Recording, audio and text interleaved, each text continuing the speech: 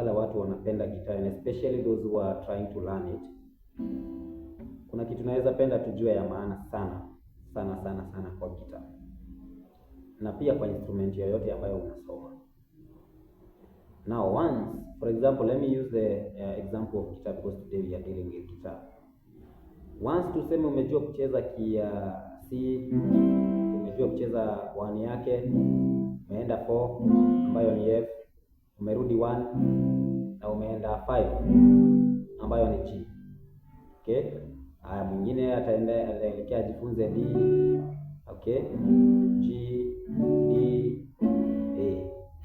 Haya, utaenda hata ya 3 G, C, G, D. So hizo ni keys 3, alright? Gani nyingine iko hapo mbele? Tunaweza enda ya E, alright, ambayo ni E, A, E, B. Sawa. Kigani nyingine ya A pia, ya unaweza cheza A inaingia D, after A ni D, hiyo ndio 4 yake, unarudi A unaenda E, ndio 5 yake. Like we are trying to exhaust chords zote zenye tunaweza chezea hapa, 1 4 1 5, maybe like the first 4 frets or the first like 5 frets, tucheze all the keys hapo. Pia tuko na ya F. Sawa, so ni F, B flat, F, C. Alright? Now, there's something that I want you to understand today. Hizo vitu umejua 3 things out of 7. What am I saying? We have said, for example, in the key of F, that is 1, you go to 4, and then you go to 5. So meaning haujacheza 2, hujacheza 3, haujacheza 6 na 7. So you have played only 3 items out of 7, which means kuna 4 haujacheza. Now, the best way for you to learn how to play all of them, first of all, ukijifunza hizo 3, we call them major. So ukishajua the major chords, now before ufikirie kucheza hizo minor chords diminished, please learn how to find key. Alright? Now, the moment umejua this one was to maybe train your fingers, ujue kuhama chords, ujue kutoka kwa hii chord unaenda kwa ile nyingine. Whenever you are able to play 1 4 1 5 and maybe uende too smoothly, usiende kwanza kuruka kujiuliza nitacheza aje minor, ama uanze kujisumbua sana na chord progressions ya nyimbo.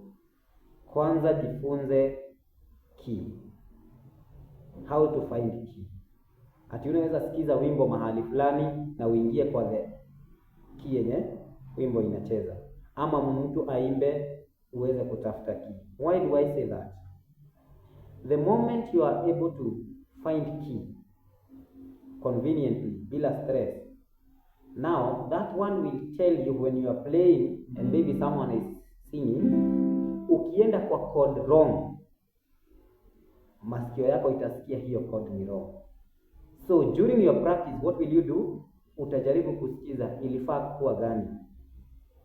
And by then, if it is for example a 2, which is a minor, now it will be easier for you now to ask, where is the 2? You are asking with the knowledge of nitaichezea mahali fulani. I don't know whether we are together. Instead of you knowing that you unaweza cheza,